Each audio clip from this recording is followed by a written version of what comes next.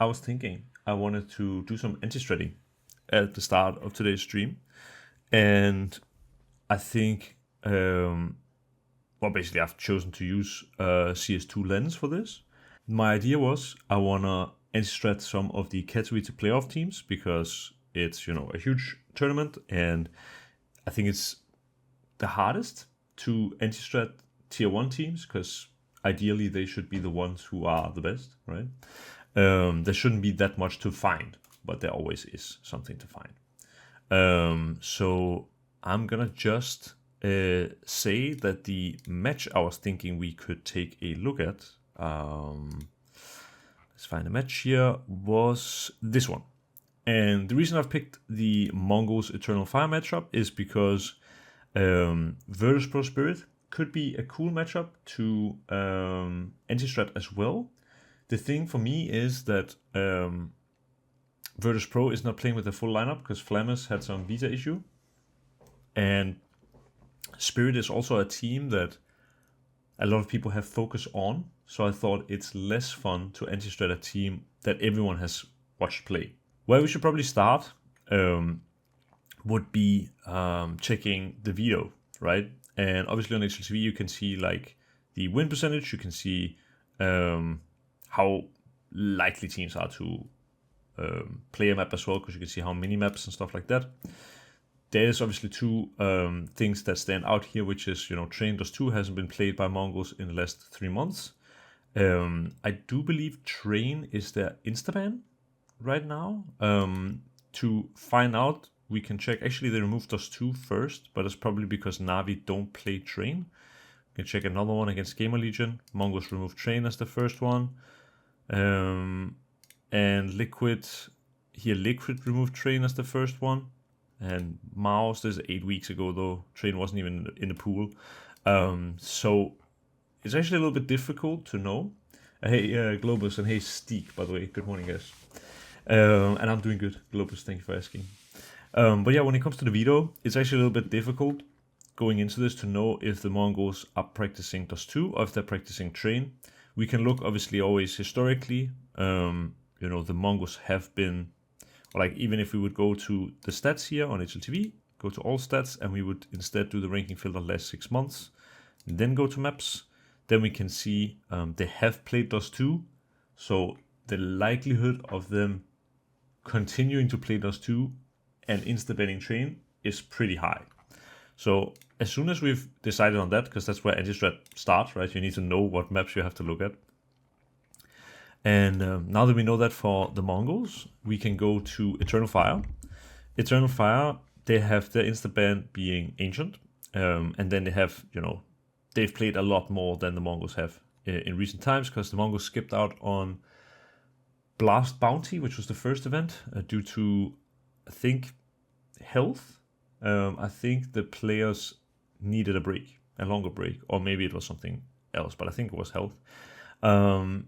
You can also go into pick percentages. So the Mongols, for example, they have, I guess, how does this work actually? Oh, okay.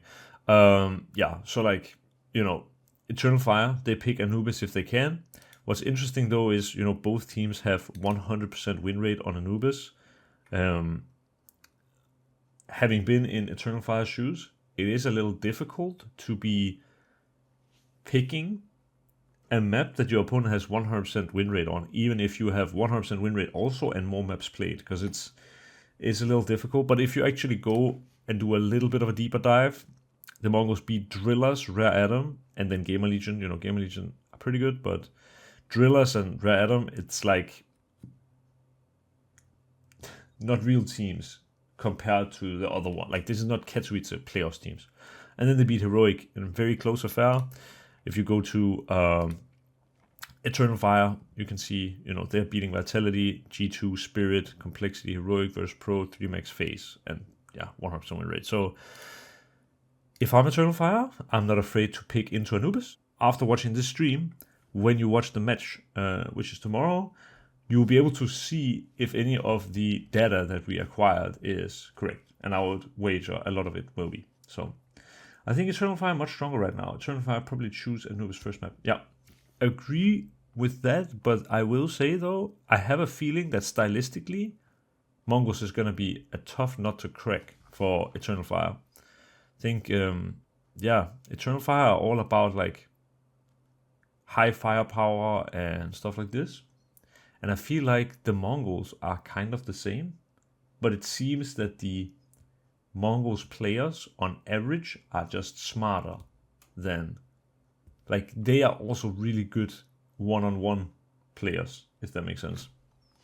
So we'll see. I do have actually the Mongols with a slight edge in this match, but I think, since it's on stage and stuff, it's a little bit more difficult to figure out how it's gonna end. I think, I think the Mongols might pick Mirage by the looks of things. Hello guys, Natosafix from the future here, and Mongols did in fact pick Mirage, and Eternal Fire did in fact pick Anubis. Well, yeah, we'll see. It's actually a pretty tough veto for the Mongols. On my way to work in the train, just shit myself. Oh no, Jimmy strikes back another time. It's like, this happens a lot, Jimmy. Yeah, you should get that checked out. It's like once a week at this point. Anyway, guys, CS2 Lens is a tool which is like, you can use it for anti-strat. Back in my day, anti-stratting was done through demo watching, right?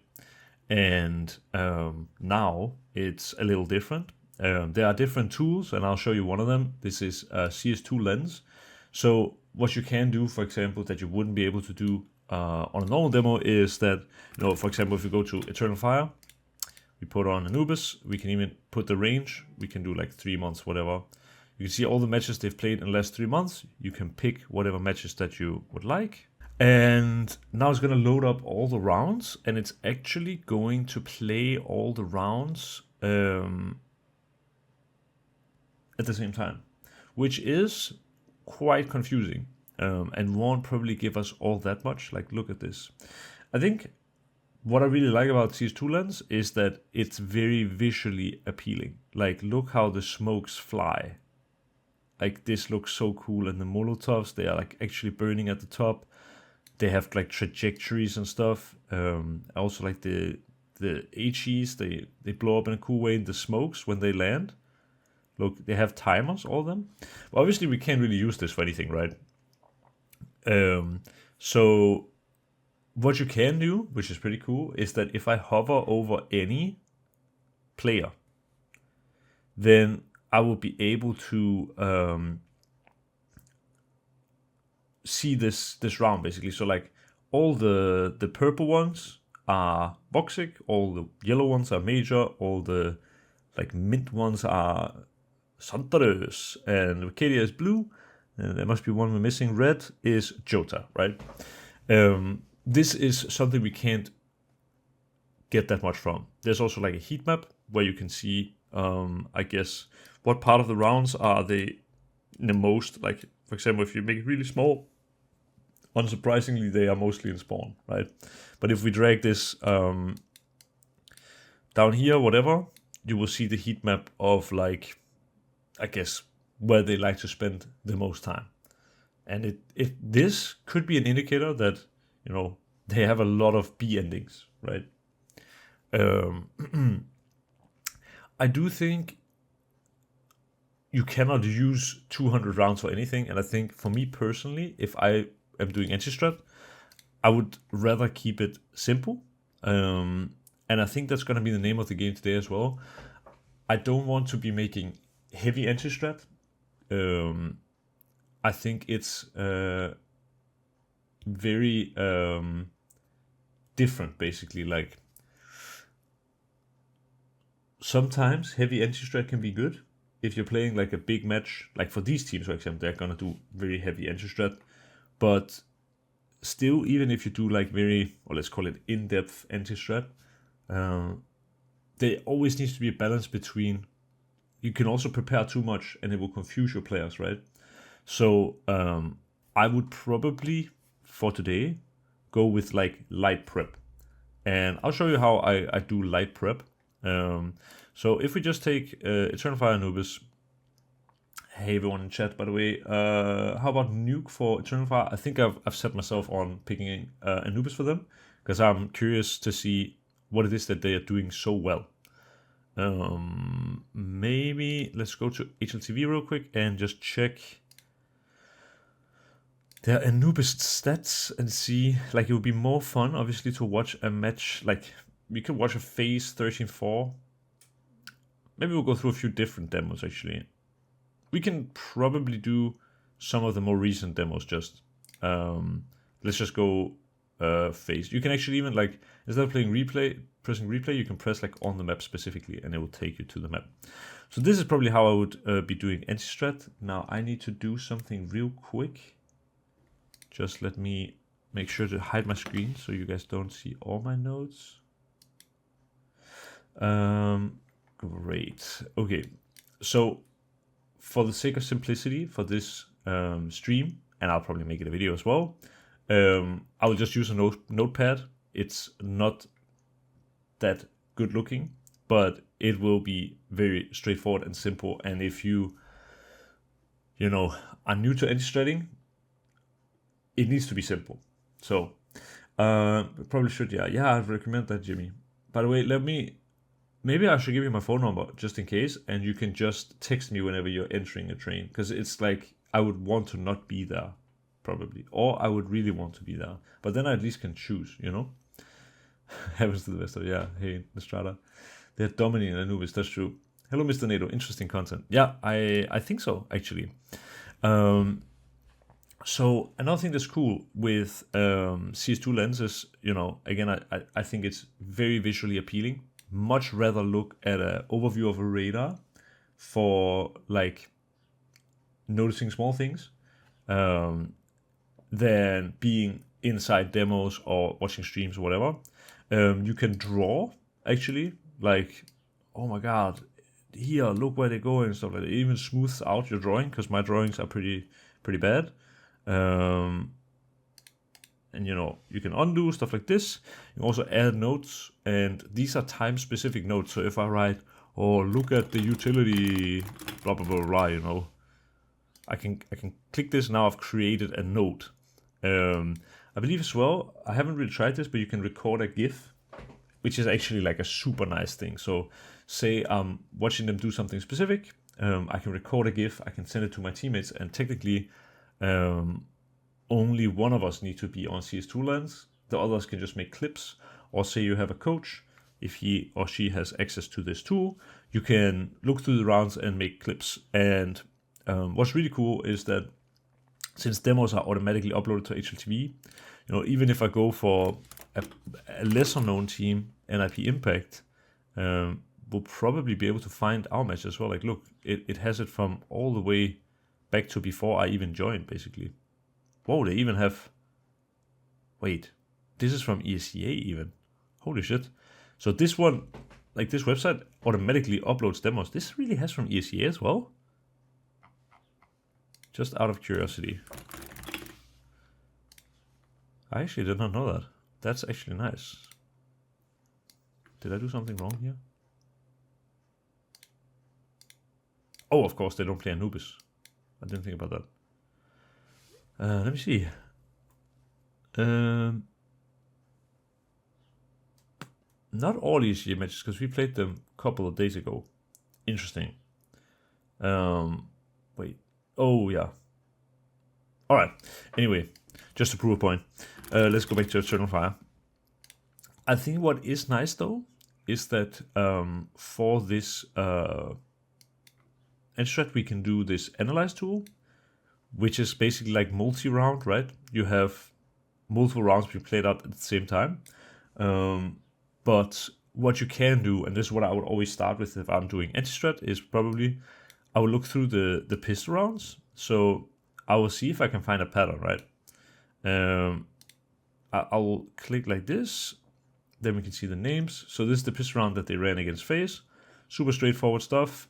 FaZe actually A setup. And now we can just see, they do this classic orange flash. Another one, they do Molotov broken. They do smoke camera. And now they just go 3 on contact. And it looks like this is going to go very well. The combination of the, camera smoke and the broken Molotov means that, even stacking A is just difficult, because as soon as you go behind the Uto, you're out of the round. So when they lose the first player, these flashes that pop here are basically blinding anyone who is trying to fight these guys, and they are forced behind the Uto. And then they might as well have not stacked at all. So maybe a different stack could have worked better. You could have had Brokey jiggling here and Elish hiding pillar with Tulis, but you never know what the T's are up to. So yeah, this is super straightforward. And then what I would probably do is I would immediately go back, right? There might be a better way to do this, I'm not quite sure. But I would immediately go back, do Eternal Fire Anubis, and I would just check their T-pistol on all these maps, see if they do something different. This looks very, very similar. So here actually, this is, for example, something that's quite interesting. I'm not sure, can you see the util somewhere that they have on them? I feel like you should be able to. But either way, I believe, you can see them switching util here. I think it was actually going to be the same. No, that's not how you do that. Oh well. But I believe this was supposed to be the same round. They do have a flash. We'll see if they use more util. They didn't, but they definitely have more than a flash, right? They did buy 2 utility sets. And wait, grenades, is that how? No. I'm curious actually. I'm a little new to this tool, I'm not gonna lie. It's very nice to look at, and I'm sure that there's some way to figure out what grenades they have. I just don't know it currently. Maybe if someone else has used this one, you will be able to tell me. But at least from the looks of this, they were trying to run the same pistol round. And then if we go to this one, Heroic, we can also hey Kempman, hey Stardust Eddie, and then hey MMK. How you doing, guys? Again, let's go to just the pistol round. So honestly, it looks to be the exact same. That's wild. So this is always what's interesting. Actually, here, look, they did this setup that I was talking about, except the dual Berettas would probably normally be on this guy, right? And they still lost. But what's interesting, that's about pistols. Yeah, this is gonna sound stupid, right? But a team is always going to be able to change the pistol. I'll eat a cucumber, by the way, guys. Hope that's okay. A team can, it's 50-50, like everything is. They can change the pistol, or they can keep the pistol. Most of the time, the way I would recommend it is that. Why did I eat a cucumber mid-sentence? Okay, so for pistol rounds, you always have the choice to keep the same pistol as you did last time, or do something new. Most of the time, it's a mind game. So I would never do the same pistol twice unless it's a mind game. The reason you do that is because it's a mind game, okay? You know that your opponents are going to study your pistol, but your opponents will probably expect you to change. And sometimes that can compound over time, right? So here, for example, they did this pistol round. Next round, next match, they want to do the same pistol round. And the next match, they actually did the same pistol round again. It's because, there is, how can I say? It's a solid pistol round. It's probably going to work a lot of the time, even if CTs have a setup for it. Exactly, Heroic, which is the old Sangal core, actually have a really cool pistol to counter A that they could have used here. We use sometimes, it's one of our favorite CC pistols. If I now would go into a match with, against Eternal Fire, right? What I would probably do is, first I would test the timing, because I'm a little unsure. When you play against a team that does the same pistol round multiple times in a row, there is a risk going into the playoffs that they are going to keep the mind game going and they're going to do the same pistol round. So what I will want to do is I will want to do something that directly counters their pistol, like this one that they've run 3 times in a row, while still being strong overall. So in this case, for example, when they are going this many rugs, what I would probably choose to do is find the exact timing. It's about 141 where they go through this opening, and I would have someone throw an HE up here. We can test this. We can go back and take a look. Again, there might be a better way to do this, but I'm not quite sure why. How? Again, if we go pistol round, look at this. When do they go through the opening? Like if we nade so it lands like 140 or 141, there's probably 100 damage nade. We'll probably, just for the sake of this is a teaching moment, let's check it again against FaZe. We check only the T-pistol. And again, we check 141, 140. This is a massive grenade to throw. So that would be one thing I would do, especially here where some teams have chosen to buy dual Berettas. You could buy, HE, dual Beretta, and a flash. Then have someone playing pillar with dual Berettas, someone jiggling here, what I said. And then have someone heaven holding flash here. That would be a direct counter to this pistol, right? I think if you do that, then you are playing a little bit too much into their game. That means you are hard countering or trying to hard counter what they are doing. I think just doing the nade and playing a more regular pistol round is probably enough. I always want, when I do pistol anti, to make a pistol round that works if they do something else, but also directly counters what I think they're going to do, basically. I think nading here on 140, not only does it do a lot of damage if they actually go with the same pistol round, but also it shows them, hey, we know you're doing this. So if they choose to do something else, it might make them react a little quicker, which is good. Because imagine they are walking mid now or they want to do B-pop. If you nade A, they are thinking, oh, the CTs are set up for A. And then they will want to go B-pop a little faster or take timing mid a little faster, basically. So you kind of bait them into reacting into something they don't want to do. And also, by doing the nade, if they choose to go A, there's going to be 3 people half HP, pretty much. And might make them change their mind. Because if they are going for A and they get naded there, it could be a situation where they think, fuck, they are A stack. They know that we want to do this again, and then they don't want to go, or they hesitate. And, hesitation is a pretty big deal in Pro Counter-Strike. You don't want to hesitate. It's avoid that at all costs. That's, since they've been doing this same pistol round, I want something that fucks them up if they try to do the same thing. But I would then probably, a pistol round I would write down, or what I would write down as a note, I said this, I'm using Notepad. Normally I don't. I have a template I use when I do anti-strat with my team. I can't show you the template. Well, I could, but I don't want to. So I'll just keep it to Notepad for now. I suggest, I can give you some ideas for how a template could look. So, for example, we would have something like, what are we doing in pistol rounds? What are the positions? What do we want to do in the second round if we win pistol or if we lose pistol? What do we want to do in full buy rounds? Some extra notes.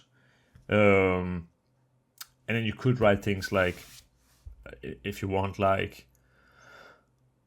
do they have any tendencies? Is there anything overall we want to remember to do against them? You could write things like key utility. You could do things like this. But for like what I would write here, so I would split the maps up. I would write, you know, Anubis. I would say CT pistol. So this is our CT pistol. Could be something like A player buys smoke plus flash plus nade. No, actually, I would probably do it mid player buys smoke plus flash plus nade. And drops smoke to A player. A player buys armor. And then I actually like to write something like one mid playing camera. So like I'll probably split this up. So first I'm writing what B players buy armor. Something like this is like simple. Sorry, I'm not talking so much to chat right now, but it's a teaching moment, guys. So basically I'll just write down the buys.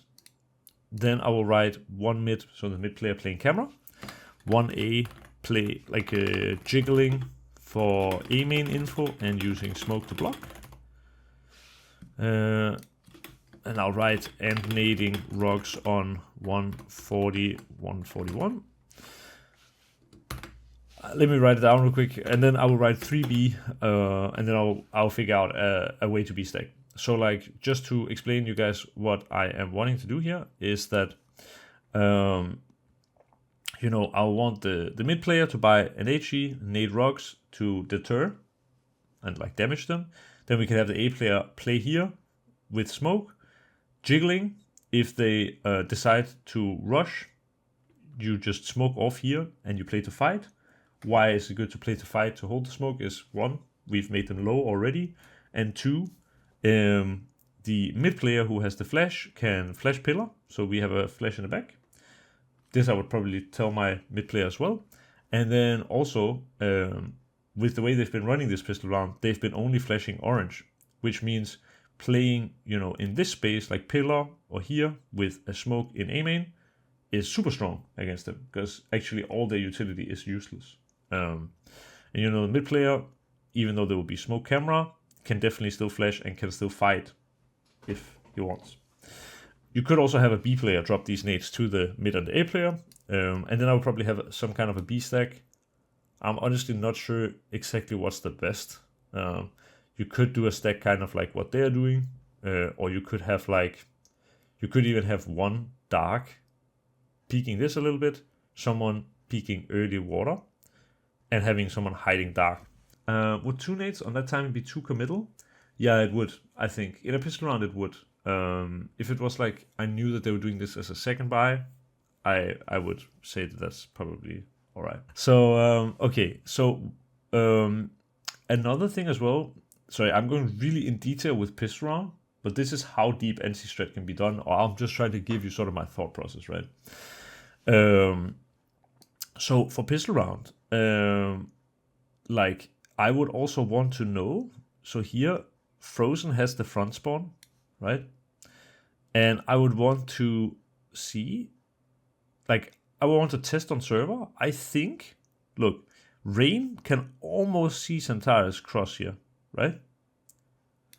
And I think if Frozen would have done this, he would have been able to spot Santaris.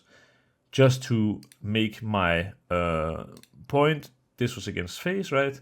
But also if we do it against 3D Max T pistol, you will see it looks like it's always Santaris crossing here. And so another way to get information if this is happening would be that whoever has the front spawn on B, I would ask them to go and peek water fast. I think maybe he would beat the timing in this case because he doesn't even have front spawn. So probably he wouldn't. I think if Lucky would run and immediately peek water, it's possible. I'm not sure if the timing is there, but I want to check that on server, because that would be a way to see, okay, if you see Santaris cross water here looking towards A, it is going to be this round. And then you can like already start stacking for it. So yeah, that would be an example. So like 3B, I would probably say front spawn for con, peaks water instant. One like LOP player, full hides dark, and B player holds B main from close, like backside, something like this. Then it would be something like, you know, we have one full hiding dark who kills late, we have one fighting from backside, whatever, and we have someone who gets the information early. If she sees Antares cross here, you know, B player can leave, the person who's hiding can be playing backside instead, stuff like this. That's probably what I would do as a pistol round to counter this. And I assume they're going to be playing Anubis. I'm really interested to see what Mongols are going to do, because I think it's unlikely Eternal Fire are going to run the same pistol round, right? But I would want to do something that counters their pistol while still being overall strong. Like if they just go for B exec, it's good to have 3 B players. And, you know, if they rush mid, whatever, having 2 A players who can push into A main, play from there, whatever. Like, so yeah, that's really deep now. But this is my thought. Pistol rounds are always a mind game. It is pretty coin flip, you know. You can't always be right in pistols, but you can always take a mind game to the next level. You know, you can always say things like, you know, oh, they did B last time, so I think they're going to change to A, but they're going to think that we are changing, so we are gonna, like, whatever. You can take it as many levels as you want, but in the end it is kind of random. So yeah, actually, I guess, wait, this is actually the way I should have been doing the whole time. So you can add the other matches, of course. So yeah, now we have all the 3 rounds. This is how I should have been doing it the whole time. Actually, this is pretty cool. Now we have the 3 matches. We can see, look, Centaurus is going to cross mid the exact same way. Everyone's basically, even yellow here is giving space to the others so that they go first. And look how clumped together they are at this exact timing. You know, like this, you can really see they were running the same pistol round strat. Look, even at Centaurus' movements, pretty similar to, like, it's identical basically. Like, look at pink as well, going the exact same spot to stand for the flash every time. One time, obviously, they just immediately got killed. We saw that. The other times they went and killed, right? But the exact same util coming in. So, very interesting. For CT, it will probably be different. So, we do see some things. I mean, pink is obviously Voxic. And he is going to be playing different spots. Wait, does he have P250? He has P250 over. That's interesting. I wonder why. Might be because he, like, this guy will hit maybe the body. I don't know. Kind of interesting. But anyway, I'll probably click individual rounds here and see how they set up. So in this one, they had a really big B stack. And FaZe did go B. This didn't work out for them, even though they were 4B actually. It's super simple what FaZe did. So what was it that FaZe was doing well? I guess just stacking B, or in general playing B on Anubis pistol on CT is just difficult. In fact, like, playing Anubis CT pistols in general is pretty difficult. But yeah, we can go and deselect it. We can instead take a different round. So this one, Centaurus pushed mid and dropped water immediately. The opponents actually went B again. And this looks a lot like the setup that FaZe had on B. 1 pillar and 1 con. Like 1 pillar with dual rudders and 1 con. So yeah, I think since these are all different, what I would focus on is looking at their most recent pistol. So we can do that.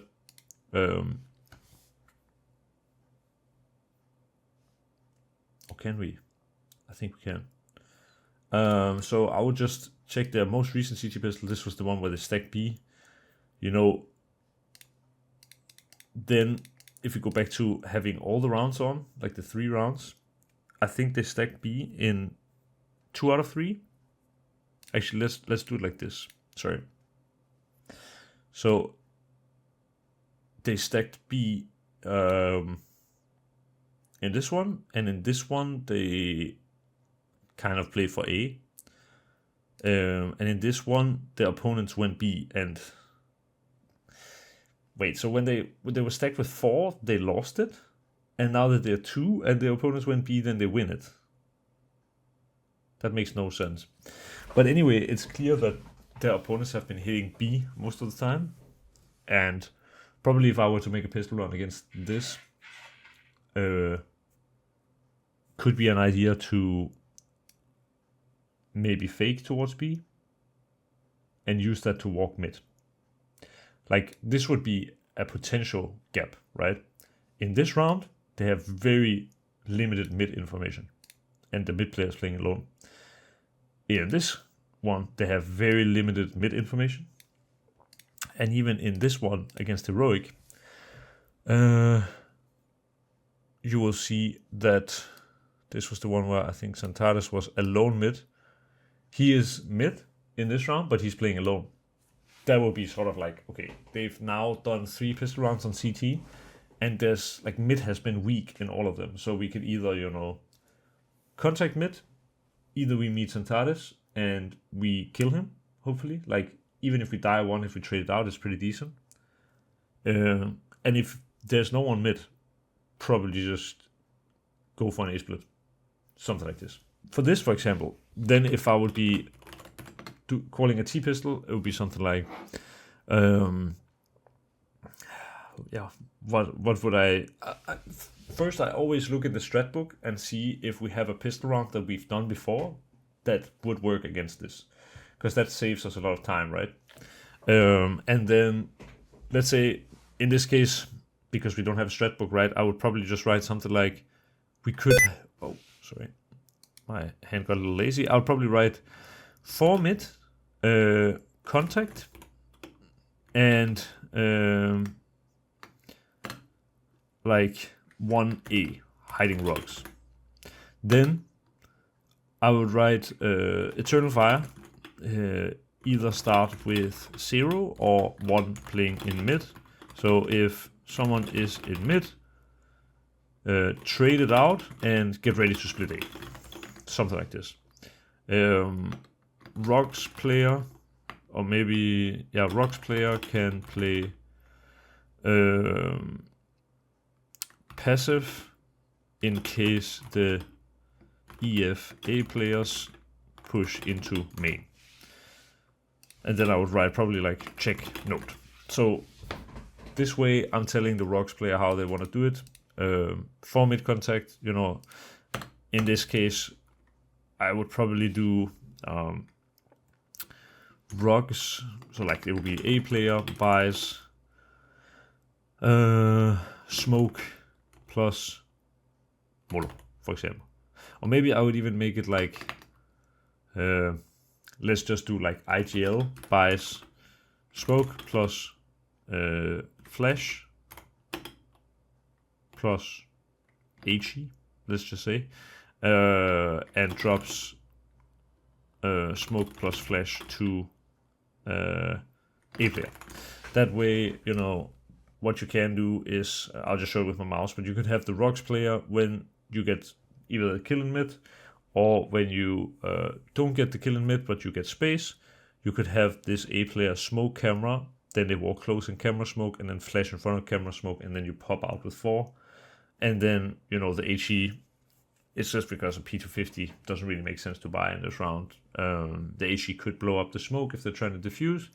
Could be, put on camera when the CT are trying to retake, stuff like this. So yeah.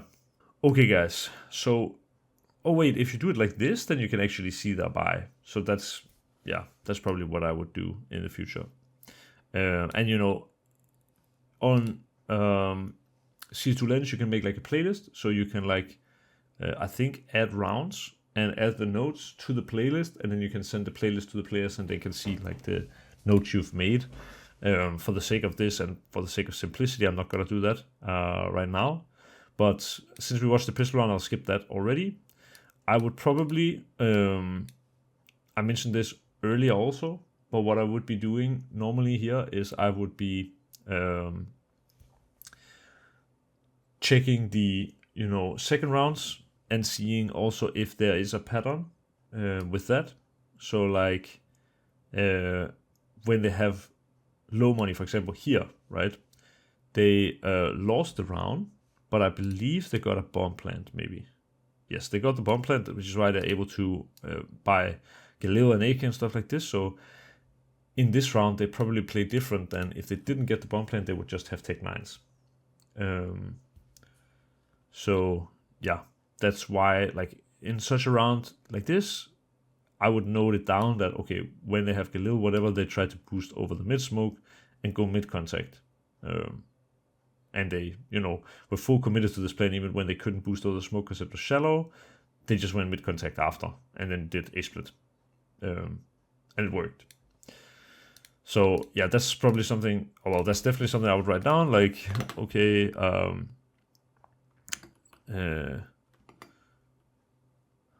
what is the like anti-force CT? So this is what we are doing, right?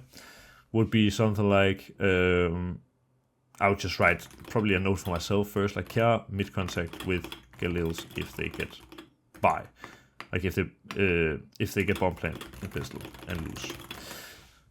Like again, I really urge you guys, if you are doing anti-strat, make a template and also make it very clear what it is. Like obviously this is an ugly document, right? But it would be good enough as long as you are the only one looking at your notes. But it's harder to find out what you're looking for in a document like this. Ideally, if you have, Word or something like that, you can just even make it like, bigger text and like with colors and stuff like that. I don't have access to that right now. You could just do Google Docs as well, right? Google Docs is actually better because then you can edit it with everyone. But this is probably just a note for myself at this point. And then if I would be doing actual anti-strat, I would now go into the other matches and check the second rounds on T in all of the matches and see, is there a pattern or whatever. And then I would do the same for CT. So I try to build it up like that. I first go through pistol anti-strat, then I do second round anti-strat, and then I do full buy anti-strat. And that's just so that I don't know, it just makes sense in my head. It's like how you would do it in a match. Like you focus on the first round first, and then the second round, and then the buy rounds. So that's how I have it. Early grinds, yeah, always. And how many plays do pro teams usually have? What do you mean with plays? Do you mean strats or you mean like individual moves? Because that's different, I think. Do you consider mid to be a weak point for CT Pistol and Anubis for most of the games? Seems like it could be used more even on Face It. I think CT Pistols in general on Anubis are really tricky. Because we see it with Eternal Fire. If the T's just execute A, like what are you supposed to do, kind of? And even if they just go B, we saw that Eternal Fire had 4B and they still lost. And they're leaving mid pretty open. So like, what can you really do? I do think though, like going through mid can be good, but at the same time, that's when you will fight the USPs potentially on the long ranges.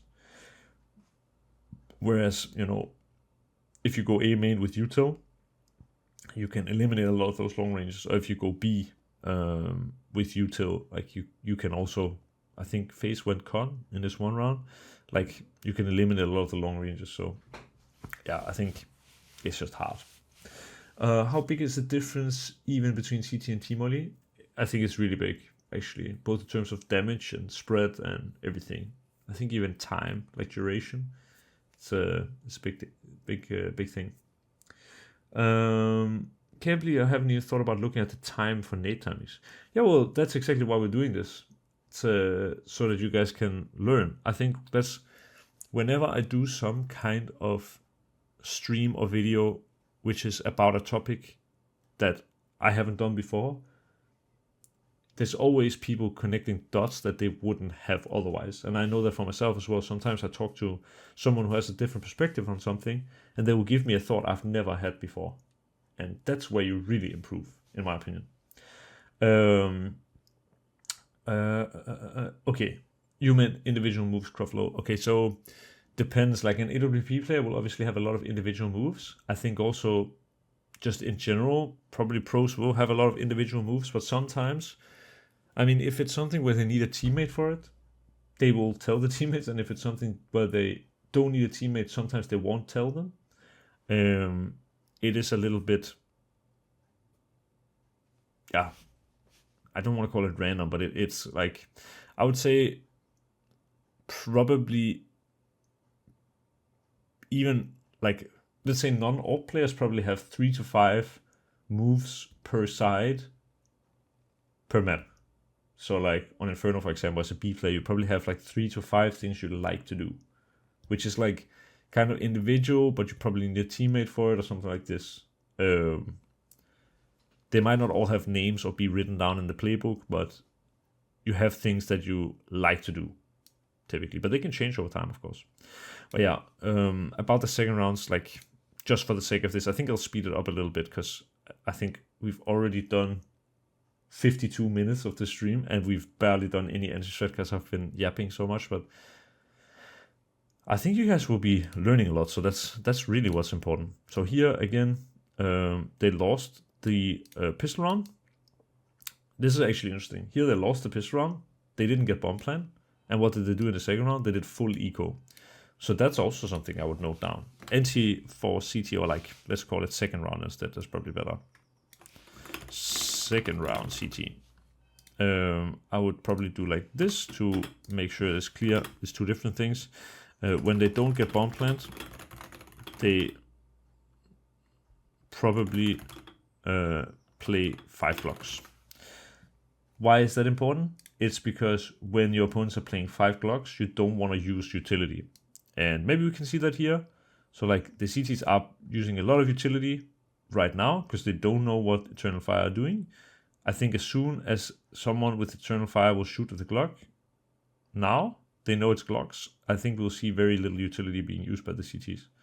Like they just play for the duels instead. They don't have that much utility left either.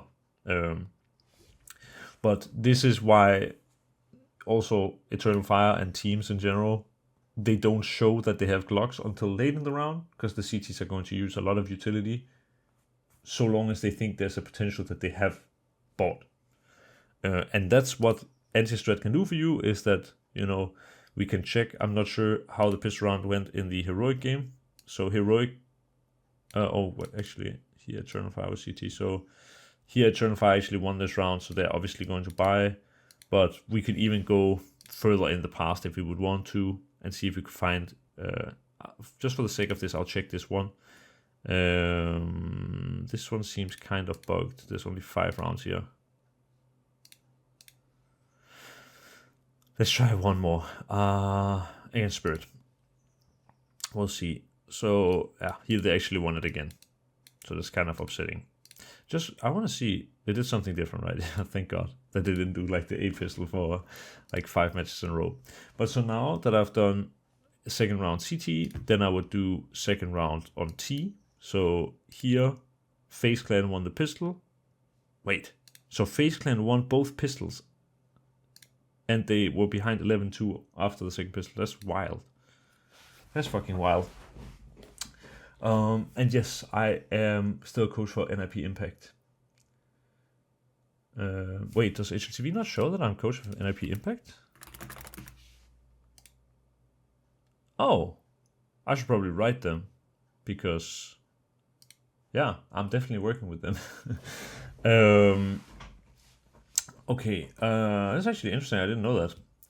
But yeah, so now for second round CT, you know, I would check. Here they lost pistol and they went full eco. This is also something where I would say teams are probably doing, like, teams who like to eco in the second round are different than teams who like to buy in the second round. if that makes sense. It's typically a stylistic choice as it is right now. It is pretty, you can do what you want.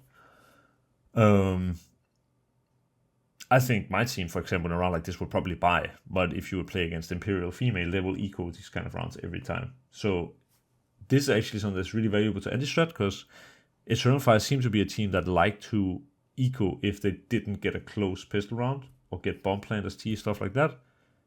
And because of that, we can go into the second round with using less utility and maybe using a scout. Like, not an actual scout, but using someone who has a Mech 10 who is scouting out the bomb site, basically. So yeah, I'll just check one more time, like one more match. Hopefully they lost the CT pistol. Okay, they didn't. But anyway, that's basically how I go about that. And then, yeah, I would say, second round T. If they lose pistol as CT, they probably will full eco, or like have 5 USPs. And then then I would write something like, if they win pistol as CT, they like to do XYZ. We didn't check it now because I think, yeah, I'm going so into detail because I really want to give you guys as much information as possible. Fire bench without knowing, yeah. So it must be true. That's true, yeah. So what I would be doing next, right, would be I would be looking over the buy rounds of the T side. And what I'm looking for, I'll probably tell you mostly what I would be looking for. We'll go through a few rounds, but I think I want to call the anti-strat end in 13 minutes because I want to make sure we also get some games in there, and I got practice at 11. So here, for example, like what I'm looking for when I'm doing, I guess this that ended up not really being light prep anyway, but what I'm looking for is something that is out of the ordinary or something that's a tendency. So those are kind of the only things that are important in a way. If you do really heavy prep, and this is a beginner's mistake, okay? This is like probably the most important thing I'm going to tell you. When you start doing anti-strat, what a lot of people do, me included, basically everyone, is that they spend way too long on making anti-strat, and they take way too many things from it. Like, they make too big of a document with too many notes. And as a player, if you didn't do the anti-strat yourself, you hear, oh, the B player does this, but the A player also does this, and the mid player and you like, it will confuse you more than it will help you. So what I have been taught by my lovely boss Thread is try to keep it to like 3 key details. Okay.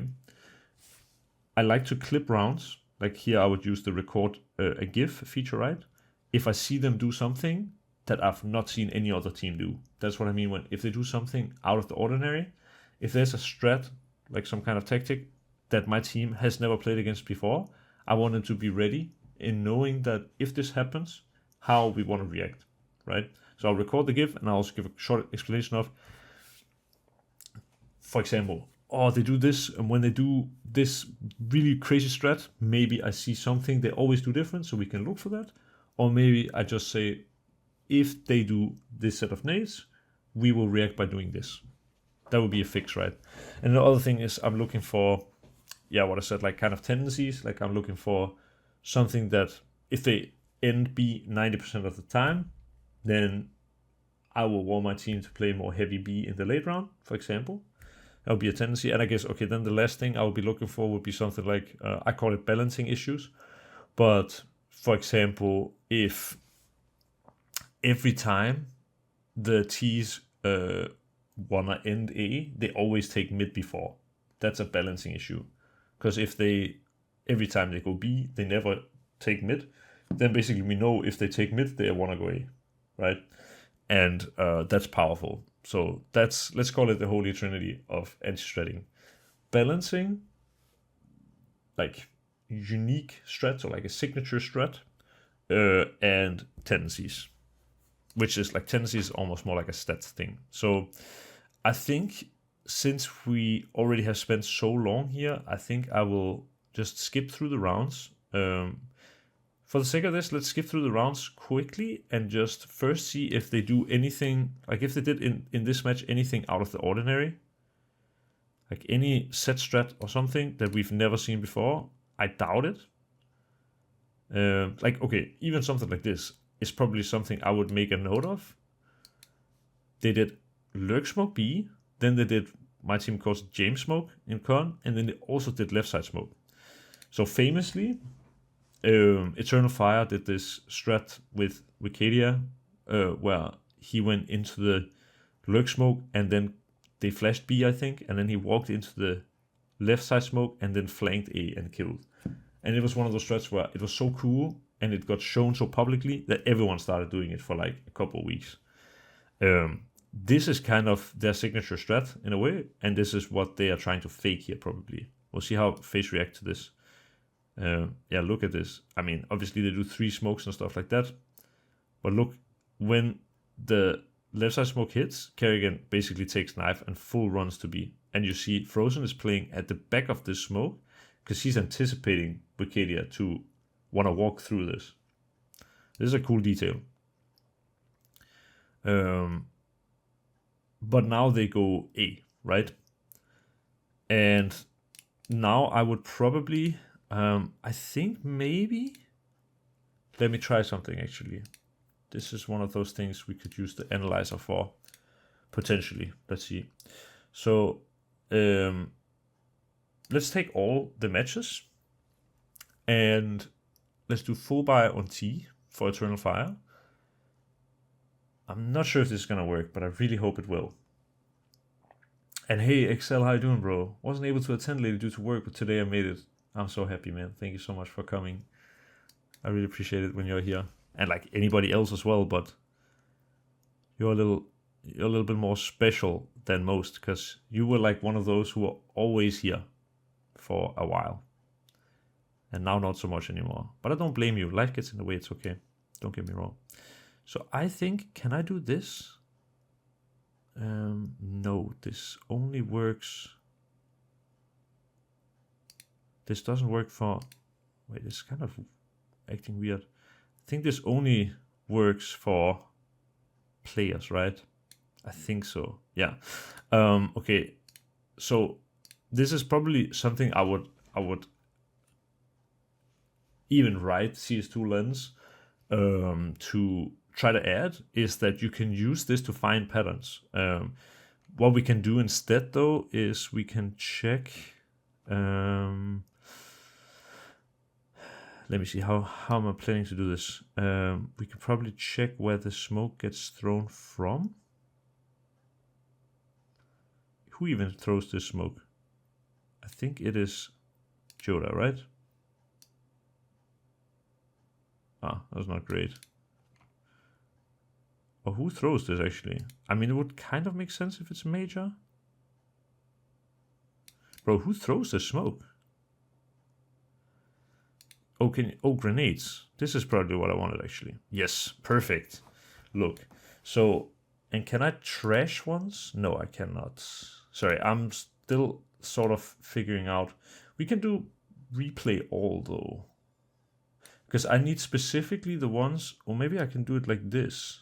Yes, look, this is what's important. This is what you can use a powerful tool like this for. So now I want to see, since we found this strat, which is kind of out of the ordinary, where they did lurk smoke and con smoke and left side smoke from this specific spot, it's done 4 times in 6% of rounds. It's not a whole lot.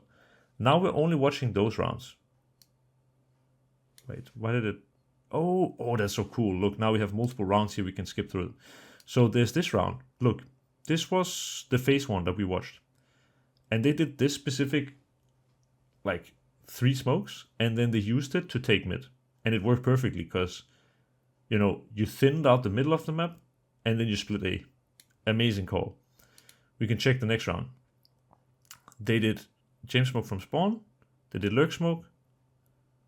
And here they went straight to A. Then we can check another one. They did the same veto. And they went straight to A.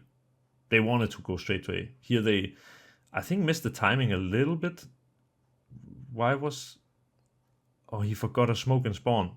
That's why they missed the timing. So the fake was actually bad timing, and they needed to fix that by going before the veto.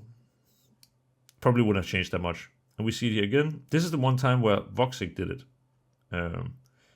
And funnily enough, look, I mean, already we found basically a balancing issue. Here they do the same 2 smokes, but no con smoke. And this is the only time they ended B. So I would probably, if I was, anti-stratting, which I am in this case, this is something I would write down to my team. I would be like recording a GIF and say, when they do these 3 smokes, if there's 3 smokes, so like lurk smoke, left side, and con smoke, they are probably going mid or A. And if they are doing only lurk smoke and left side smoke, then we should care B. And this is a huge balancing issue, in my opinion. I mean, this is like a great example for me to use in anti-stratting now, like in a video, right? But since it's only used 6% of rounds, you might not even see it being played against you if you play against them. What is interesting though is like this heroic match is, this is myself.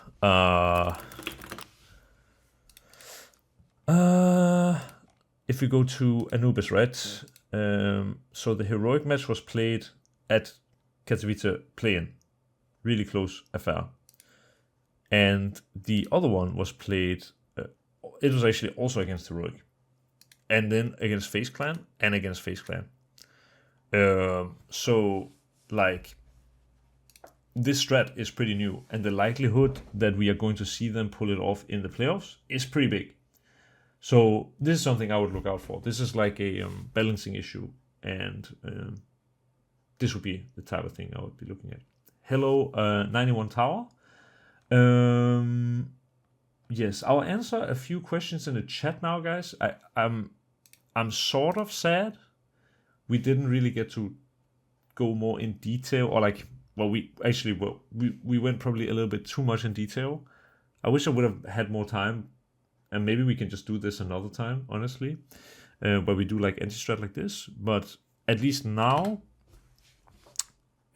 if I would write something like by-round notes, it'd be something like care for the balancing issue. I wouldn't write it like this, but just for the sake of the video, right? Care for the balancing issue.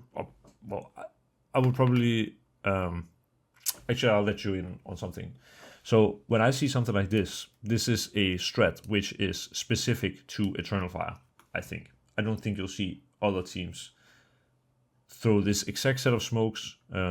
It could happen, but I think it's unlikely. And these type of rounds, I basically call it signature strat, right? That means I will let my team know that this is a real possibility for them to face this set of utility. Obviously, I will talk to them about how I would like us to react, stuff like that. But then also, we use it as a keyword when we play matches like this, where if we see this set of nades, instead of saying, oh, they're doing that thing, like you just say, they're doing signature. And then signature is like, it changes from team to team. Maybe there's another team where they do 3 smokes on A, like obviously not, but like, I mean, it could be a thing where they do A main smoke and then they do like always a Molotov and then they do A execute behind it. Then that would be their signature strat. So as soon as the A main smoke comes, my team can already start saying, watch out for them doing signature, right? And then we know this is the one round we should be extra careful of them doing today. And if I was the Mongols, for example, going into this match and having to beat an Eternal Fire who basically never lose this map, this is something they've definitely also seen, I want to say. And it could be nice for them to have the keyword, they're doing signature. And then, it could be like, they're doing signature with 3 smokes or they're doing signature with 2 smokes, KB. stuff like that. And this I would then write down. So yeah, that's a lot to do with anti-stratting. We've now been sort of talking anti-strat for 1 hour 10 minutes. If you guys enjoyed this, we could do it again. I think it was pretty cool actually. I have so much information to share because I love anti-stratting, and I'm a little sad that it became so sort of theoretical that we don't, like the document isn't really filled out much. We basically talked about pistols, second rounds, buy rounds, and like overall how to anti-strat. But another time what we could be doing is we could go more in detail with the actual anti-stratting, and then like we could anti-strat a match for fun, and then I could actually like co-stream, watch the match, and see if our anti-strat is correct.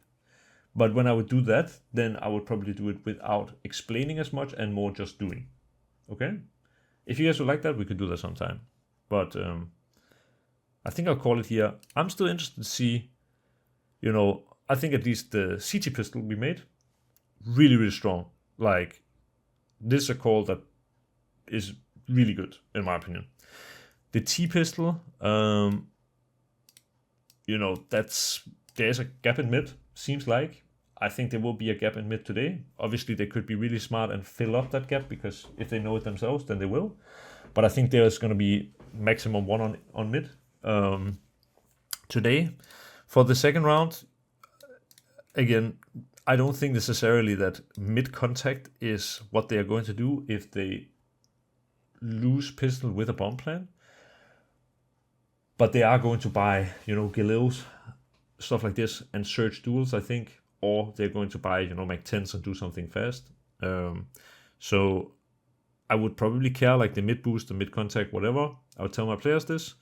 And then I would also, even care something like almost like a B contact, or like where they just take fights on B because they like playing on duels. When they don't get bomb planned, I would let my team know they are likely to take an eco, right? And the same thing, if they lose the pistol as CT, I would also expect them to go for an eco. Then if I expect them to go for eco, it means don't use nades that much, and also try to get the kills with the SMGs, so we maximize money. If they win pistol as CT, they like to do XYZ. We kind of skipped that part because we didn't. There was too much yapping. And then for the buy round notes, I mean, we didn't really look through that many rounds, but we already found like a balancing issue and a signature strat, which was kind of one of the same. So basically, I got the notes from the anti-strat from last time. Today we're going to be reviewing the match that we were anti-stratting. We're just reviewing the Anubis. We were correct when it came to a prediction, at least I believe.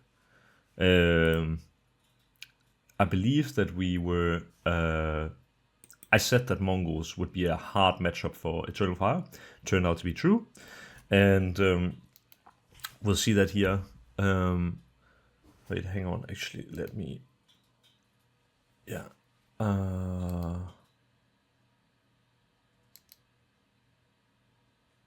Okay. So basically, hey Psycho, good morning, bro. We can check what the T pistol we wrote down. And last time we did this, there was a whole lot of yapping, like a lot of people asking questions, which was great. And also just, the document itself wasn't that big because I was more using it as a stream to teach people how to anti-strat using a program like CS2 Lens. So today it will probably be a lot shorter than last time, but we'll just be reviewing it and seeing if any of what we found is correct. Because I watched the match live, and I do believe there were definitely a few things that were wrong, or at least where they didn't be like Eternal Fire didn't behave how I expected them to. So that's what we'll be seeing. Hey Ilserade, hey Glip, hey Killing the Most. So for our T pistol, what I recommended was I jailed by Smoke Flash HE and drop Smoke Flash to A player. And we do 4 mid contact and 1 is A hiding rugs. So the reason we want to drop Smoke and Flash to A player, if you remember, it is so that when we go through mid, a player can do the tempo smoke, or can even just do camera smoke in our back, and can then flash in front of camera, and we can like explode out. So the read that we had, the reason why I thought this pistol round was going to be good was because Santaris was playing alone in all the pistols that we saw. A lot of the times with dualies, and that was actually exactly what happened. So in this case, we were definitely correct about something. I think if we would go here with 4 Glocks, he was playing this exact position every time, and we, wide swing him well, we trade him out. Him being here with dual Berettas, I mean, it is Santaris, it's possible he can multi-kill, right? But I think still this would have been a pretty good chance for us to win the round. And then I think what I called was like off that we would be doing an A-split, right? Obviously, since there are 2 here, an A-split would not be ideal. But at the same time, I think I would rather split A through mid against this than I would want to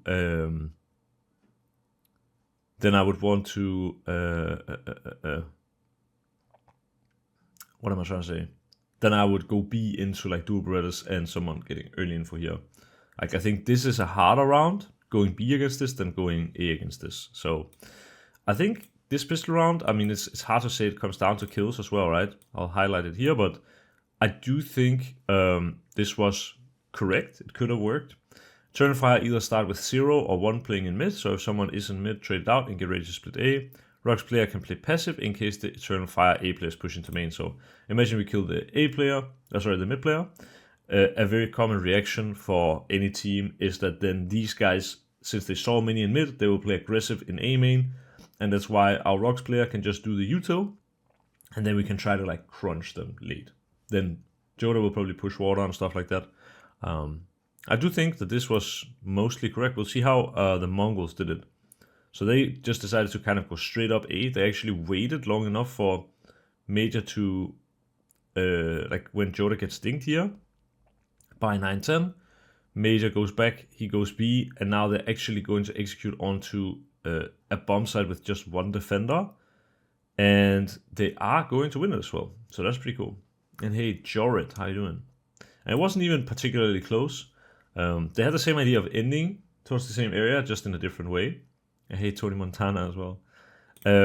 So yeah, could this have worked? My opinion, I think it could have definitely worked. What Mongols did here was better in the end, because Major rotated. But had Major not rotated, I think my idea would have been better, potentially, because he had a flash for exactly that. This is always hard as well to predict, because I didn't anti-strat the Mongols pistols. If I myself was the Mongols, I would know what have we done in recent pistols.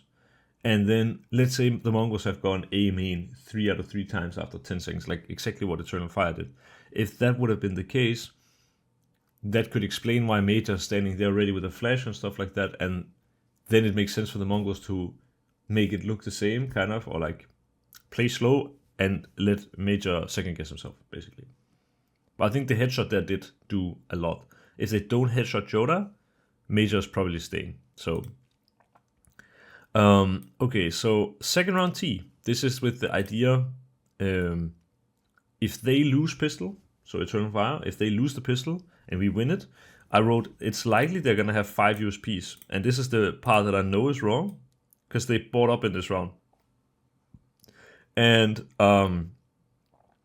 it isn't that big of a deal, because there are ways in the rounds to figure out what they have.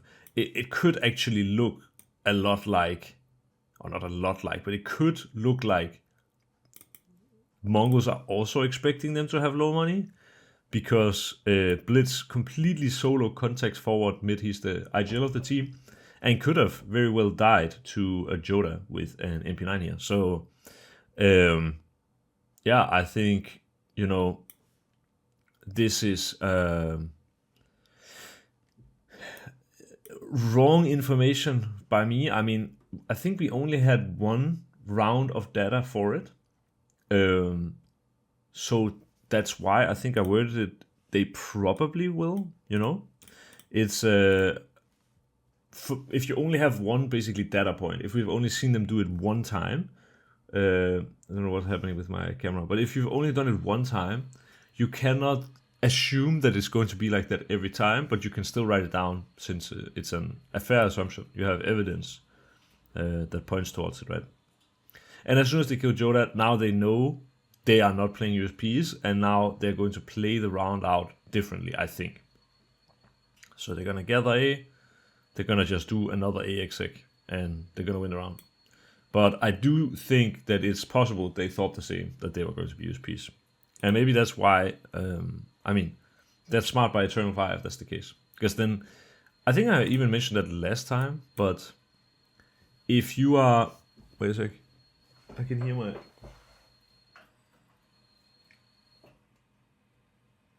radiator. Okay, so basically, thank you, Tony Montana, for being on a 7-stream streak, and wait, I can't even pronounce German anymore now that I live in the Netherlands. Nicht? Is that how you say it? That sounds so... Yeah, I think so. Nicht mint. Bro. Way harder than it should be. Are you an analyst or something like that now? I'm the head coach of NIP's female team. And also I just like to do these things from time to time. It's always interesting. What I wanted to say was that, and I think I said it last time. So last time I think I said that when you talking about second rounds and stuff like that, it's good to be unpredictable. Like, if you always buy USPs, it's really easy to play against. If you always force up, it's not easy to play against necessarily, but it's more easy to play against because you can... the T's know what they can expect. And that's why if you change it up, sometimes you buy, sometimes you don't. That's actually really, really good. Even though it doesn't seem like that big of a deal, it makes a difference. And actually the Mongols could have lost this round if Joda would get the first kill. So it does make a difference. Obviously we don't know what would have happened if Eternal Fire would win the pistol as CT. We anyway didn't really have that great notes for it. So I think it was because we didn't have any data for this. And normally I would then look at more demos if I was actually anti-stratting, but since we didn't have that much time, we'd already spent more than an hour, I think, at this point, then we skipped it. We can talk the CT pistol as well. So I wrote, let's take a look, or we wrote, let's call it, that I think we should have a mid player buying smoke plus flash plus nade and dropping the smoke to the A player, so the A player can kind of fend for themselves a little bit. And then the A player buys armor and the B players buy armor. Then we need one mid who is playing camera and who is nading rugs on 140 and 141. And this was an anti-strat to the pistol that they had run like 3 times in a row, I believe. They had run basically the exact same pistol 3 times in a row.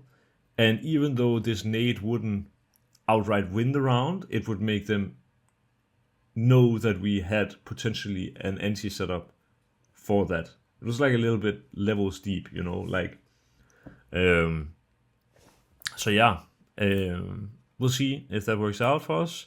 We will have one A jiggling for A main info and using smoke to block if they would be doing A exec. That's really important. The best way to counter and execute, in my opinion, we can draw is, if you drop your smoke right here, and then you as a CT, you're standing like here and looking like that. Because you're ahead of all the utility. You cannot flash. Let's use brown for flash. Or is it yellow? It's yellow. You can, like, teams flash like this, but you cannot flash this CT unless you, flash into the smoke like this, which would make basically no sense. So, yeah, I think this is the best way to defend against an A exec, is smoking to block here and playing, pillar or playing somewhere where you're in front of the TU2. Otherwise, you're gonna get got. And then we wrote 3B, so the front spawn should peak con. Like this front spawn for con should peak water instant, and the AWP player full heights dark, and the B player, I suppose to say B player, holds B main from backside. So let's see. So who had the front spawn here? That is 910. And Senzu and Techno also have a decent spawn, but not that great. And I think they would have probably missed Voxic either way, maybe. But if we would have naded on 141 or 40 for Rugs, it's possible we would have dealt pretty good damage to Vicadia.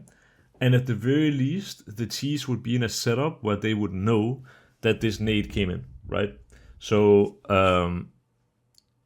it's possible if you nade Vicadia here that you you won't win the round off the nade, but they might second guess themselves because they are thinking we are having a counter setup for that. Since they didn't do the same pistol round they did all the other times, it's also possible that they now feel like, we talked about this last time, that their round is stronger. And so because of that, they will do something like what they're doing now. They're going to fake B, waiting for A push, and then I guess they would now smoke tempo and A split. But if they would do this round against us, it wouldn't be that bad, I think, with our setup, because we would have basically these two players playing kind of the same. And then we would have someone hiding B, then we would have someone camera. You see the timing of Centaurus' mid lurk, it's quite late. So the camera player would probably at this moment be moving towards A, like maybe moving towards heaven, ideally. And when they would be walking in A here, like now, our A player would get contact and would now block them. And then, as you can see, the mid lurk is very late. We could have one B player like they're doing, kind of rotate over. And now there would be 1 minute left where they are blocked on A, and they might go even back to B because they are blocked. So I think our pistol round could have / would have worked. Obviously, it always comes down to kills and pistols, especially. But by the looks of it, this wouldn't have been a bad idea. But without the smoke, Voxic just went in and destroyed 2 guys. So, yeah. Not mint, basically. Yeah, true. Yeah, not Dutch, that's German. Yeah, no, I understand that it's German. My point is that in Dutch, you pronounce the CH sound way different. Because obviously I speak Dutch, basically. And now I just almost can't think about how you pronounce it in German anymore. Because I'm so used to pronouncing it the Dutch way. And there's a lot of CH in Dutch and German, of course. But it's pronounced so differently. So yeah, CT pistol, I would say it would have worked. I'm gonna say that would have been working. The T pistol would have been working. At least they wouldn't have been bad. Like, it's not like we stacked A and they just rushed B. You know, it's not something like this. It was pretty. I said it as well last time, I think, but it was pretty general pistol rounds in terms of that's how I like to do it majority of the time. Unless I feel like I have a really good read, or I want to really play some kind of mind game, you want a pistol on any match basically that is very almost default. Like, it's good at defending against many things. And these are like taking into account what have they done in the past rounds, past pistol rounds, and then also are just overall pretty strong. Like, you could probably call this CT pistol, for example, you could probably call this against any team, and it might win you the round. But you could, like, it was specifically good against those guys, right? And yeah, that's how I like to think about pistols majority of the time when I'm interested. So, second round CT, care mid contact with Galils if they get bomb plan in pistol and lose. So we didn't get a chance to see what would happen here, I think, because they got bomb plan, but they won. And then obviously the rules are a little different. So they are going to just buy. And this is again one of those things where sometimes you can get unlucky and there isn't really data, right? For this, it's again probably, I could have found the data if I would go far enough back. But it's also always the case that if I go back 6 matches to find that one round where they won the pistol to see what they did, it's very unlikely they're going to do the exact same. But yeah, this type of round is hard also because the Mongols decided to go full USP. Goal in these rounds, this is not just from like an anti-strat perspective, this is from just a Counter-Strike perspective. If you are 5 USPs, I think everyone knows that goal is to get kills, right? Haha. But another goal is actually you should try always to die not to a Mag-10 if you can avoid it. So here they die 2 to the Mag-10. That's kind of okay because that's almost unavoidable. The Mag-10s for a good team will be the ones searching typically. And now the goal should be to not die more to the Mag-10. And now they die 1 to Mag-10, then 1 to AK, and another 1 to Mag-10. So it's like, it's almost always the case that, this type of round, teams will have like 2 Mag-10s, let's say. And when they kill Major here, and they die to Vicadia with the Mag-10, it's almost worth it for Sensu here to run away so that he tries not to die to the Mag-10, just because they get obviously double the money. So that's that. So yeah, I think that actually kind of covers everything, because I think we had this one buy round that we were looking at as well. I talked about how to anti-strat buy rounds as well, like what things I look for. But I think we had spent so much time yapping that we didn't have that much time for buy round. So we found just basically one pattern, and I don't think they did it. How was it I did it again? I already forgot. I think it was Analyzer, Anubis, Eternal Fire, and then we need to go deselect all, just the Mongols, and then it was to grenades, and then it was smoke specifically, and it was this smoke. But from here, okay, they did maybe do it. Let's go ahead and watch. So they did do it in this round, which was pistol round, so obviously that was not what we were looking for. They did it, I think, by hand from close here, so that's not what we're looking for.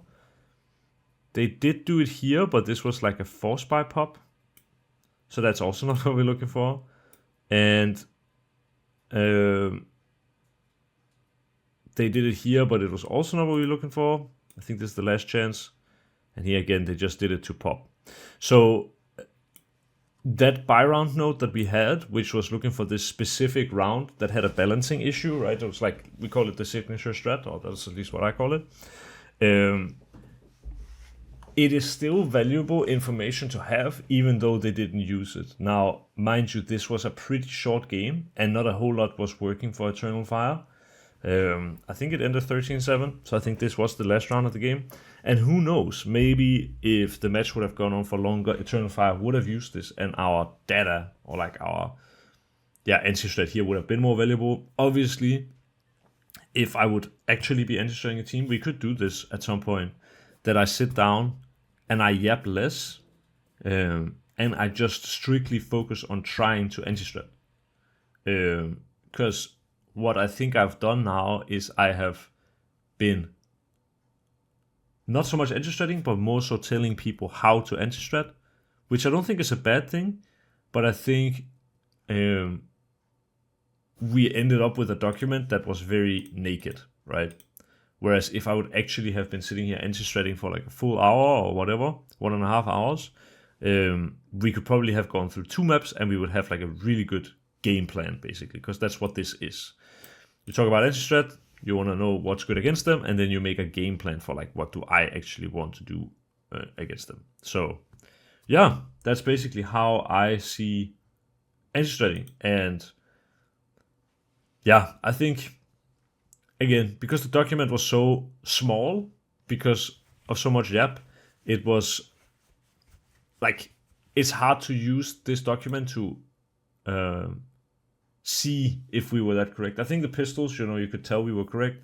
The second rounds, there were a few things like we got wrong. They didn't have 5 USPs. This is probably something, as I said, I would look at more data points, or I would just make it clear to my players that they probably will have 5 USPs, but I only know this one round, right? Sometimes what I will do as well is if I know they have like a special second round strat, whatever, I will write they have bingo boingo, and then they did it 2 times last 4 matches or something. Then it is, my teammates are aware that this could happen, but obviously this doesn't mean that it will happen. And that's, good for them to know. If I was making anti-strat, like actual anti-strat as well on CS2 Lens, I would definitely be going more in detail with anti-strat, and I would be adding notes on time slots, or like, what you want to call it, to be like writing down whatever. And also, if I was like a coach or a player, whatever, I would definitely be using the record GIF feature.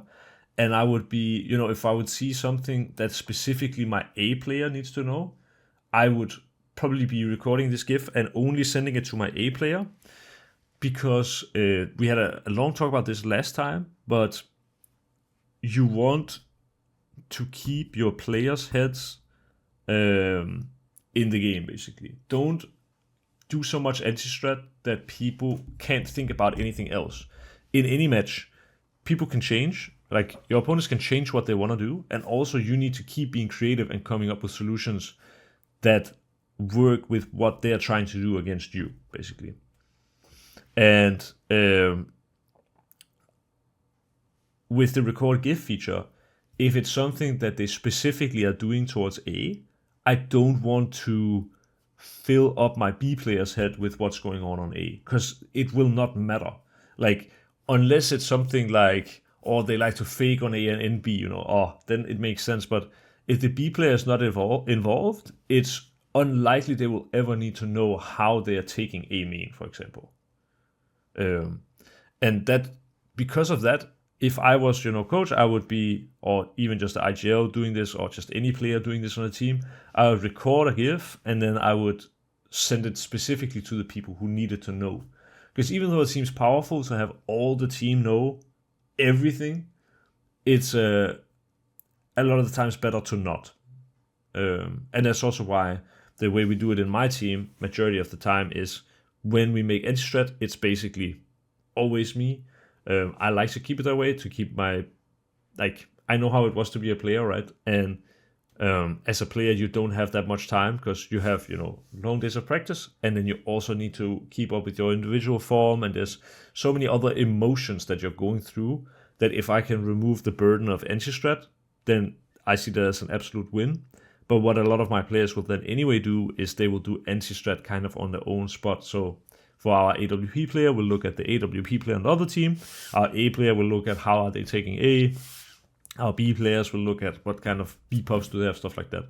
And then if I see something that is like an overall thing, I will bring it up. Or if I see something that's really out of the ordinary, like if they do some really weird stuff where they do an A main smoke, and then they walk in and they immediately blitz it and do A execute behind it, for example. If it's something I haven't seen before, that these people that we're going to play against are like they like to do, then I will bring it up to the whole team, so that everyone's aware that when we see A main smoke, maybe we need to be blocking extra everywhere, because if they use it to fake and go B, we don't need them to be blocked on B, but at the same time, we need to be ready to rotate. So it's a lot. It is definitely a lot, but that's how that goes.